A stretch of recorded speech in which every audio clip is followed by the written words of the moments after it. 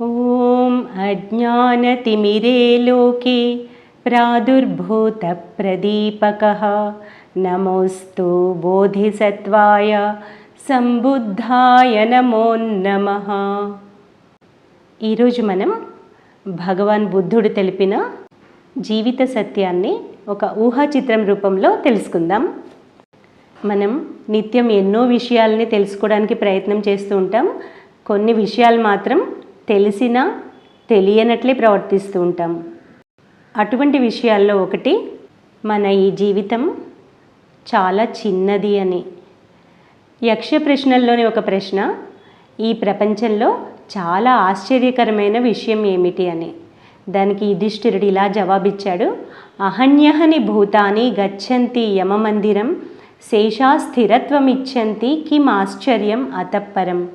అంటే మనం నిత్యం కళ్ళ ముందు చూస్తూ ఉన్నాము, ప్రతి ముహూర్తంలో ఎంతోమంది యముని గడప తొక్కుతూనే ఉన్నారు. కానీ మిగిలిన వారైన మనం మాత్రం చిరకాలం ఇక్కడ ఉంటామని అనుకుంటూ ఉంటాం. ఇదే ఈ ప్రపంచంలో గొప్ప ఆశ్చర్యాన్ని గొలిపే విషయం. ఇది ఎలాగంటే, పిల్లి కళ్ళు మూసుకుని పాలు తాగుతుంది, నన్ను ఎవరు చూడట్లేదు కదా అనుకుంటుందట. అలాగే మనం కూడా ఈ జీవితం అశాశ్వతం అన్న విషయాన్ని మన కళ్ళ ముందు చూస్తున్నా మనకు మాత్రం అనంత సమయం ఉన్నట్లు నిశ్చింతగా ఉంటాం. మనం ఈ భూమిపై పుట్టిన మొదటి రోజే డే 1లోనే మరణానికి కౌంట్ డౌన్ స్టార్ట్ అయింది. ఎక్స్పైరీ డేట్ రాసే భగవంతుడు మనని పంపాడు. కానీ ఆ డేట్ ఏది అన్నది మాత్రం, ఎన్ని రోజులు మనకి గడువు అన్నది మాత్రం మనకి ఖచ్చితంగా తెలియదు. కానీ మరణం అన్నది ఖాయం. ఏది ఏమైనా కౌంట్ డౌన్ స్టార్ట్ అయింది, ఎప్పుడన్నా ఈ జీవితం ముగియచ్చు. కనుక మనం అలా నిశ్చింతగా జీవితం గడపడం మూర్ఖత్వమే అవుతుంది. భగవాన్ బుద్ధుడు ఈ జీవిత సత్యాన్ని ఒక ఊహా చిత్రం రూపంలో మనకి తెలియజేస్తాడు. బుద్ధుడు అంటున్నాడు, మీరు ఊహించుకోండి, మనకి ఎడంపక్క కుడిపక్క పైన కింద 4 దిక్కుల నుండి కూడా 4 మహాపర్వతాలు మన వైపుకు వేగంగా కదిలి వస్తున్నాయి. ఏమిటా 4 పర్వతాలు? ఒకటి జర అంటే వృద్ధాప్యం, రెండవది వ్యాధి, మూడవది విపత్తులు, నాలుగవది సాక్షాత్తు మరణం. యవ్వనాన్ని హరిస్తూ వృద్ధాప్యం అనే పర్వతం మన మీద పడడానికి సిద్ధంగా ఉంది. ఆరోగ్యాన్ని పాడు చేయడానికి వ్యాధి అనే పర్వతం మన వైపుకు దూసుకు వస్తోంది. మన మంచి రోజులను హరించడానికి విపత్తులు పొంచి ఉన్నాయి. జీవితాన్ని మింగేయడానికి మరణం మన నెత్తి మీదే ఉంది. ఈ పర్వతాల మధ్య చిక్కుకున్న మానవుడు వాటి మధ్య నలిగిపోకుండా ఎలా తప్పించుకోగలుగుతాడు? ఇది గ్రహించిన మనిషి ఏం చేయాలి? బుద్ధుడు అంటున్నాడు, ధర్మాన్ని సహాయంగా తీసుకోవాలి. ఒక్క ధర్మం మాత్రమే ఇహలోకంలో పరలోకంలో కూడా, అంటే మనం జీవించి ఉన్నంతకాలం, ఆ తర్వాత మరొక శరీరంలోకి ప్రవేశించాక కర్మల రూపంలో, సంస్కారాల రూపంలో ధర్మం మాత్రమే మనిషికి రక్షణగా పనికొస్తుంది. ఈ ధర్మం మాత్రమే మనిషికి విశ్రాంతి స్థలం అవుతుంది. ధర్మం మాత్రమే మనిషికి ఆశ్రయం ఇస్తుంది. ఈ ధర్మం మాత్రమే మనిషికి సహాయం చేస్తుంది. ఇక్కడ ధర్మం అంటే మనిషిని భగవంతునికి చేర్చే మార్గం. ఈ విధంగా 4 వైపుల నుండి 4 పర్వతాలు అంటే వృద్ధాప్యం, విపత్తులు, వ్యాధి, మరణం అనే పర్వతాలు మన వైపుకు దూసుకు వస్తూ ఉన్నాయి. ఏది ఎప్పుడు మన మీదకి పడుతుందో మనం చెప్పలేము. అలాంటప్పుడు మనం ఏం చేయాలి? ఉన్న సమయాన్ని ఆధ్యాత్మిక సాధనలో ఫలప్రదంగా ఉపయోగించుకోవాలి అని బుద్ధుడు చెప్తున్నాడు. అయితే మనం ఈ విషయాన్ని ఎందుకు గుర్తించలేకపోతున్నాము?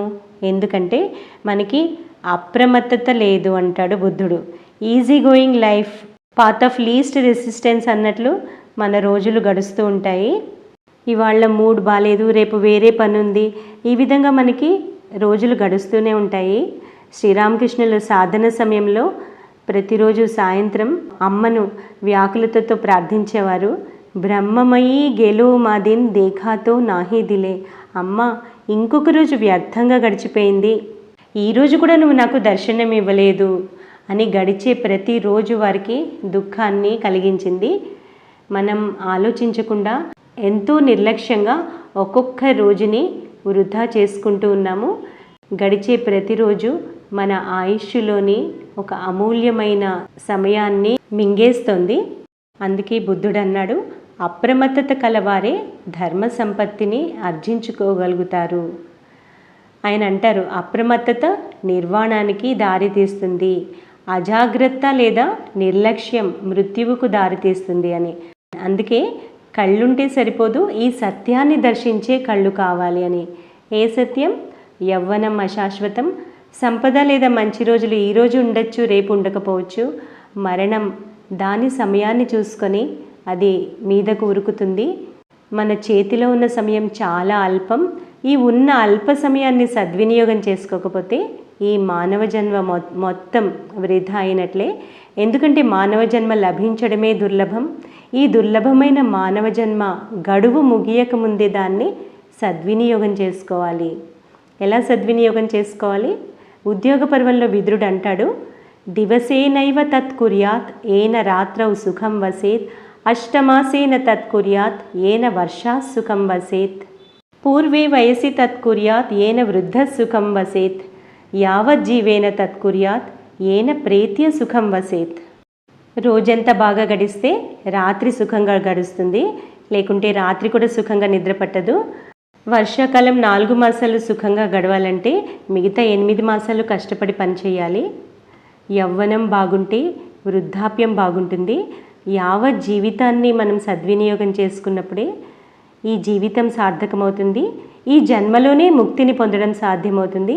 లేకున్నా ఈ జన్మలో మనం సంపాదించిన పుణ్యం మరుజన్మకు ఉపయోగపడుతుంది.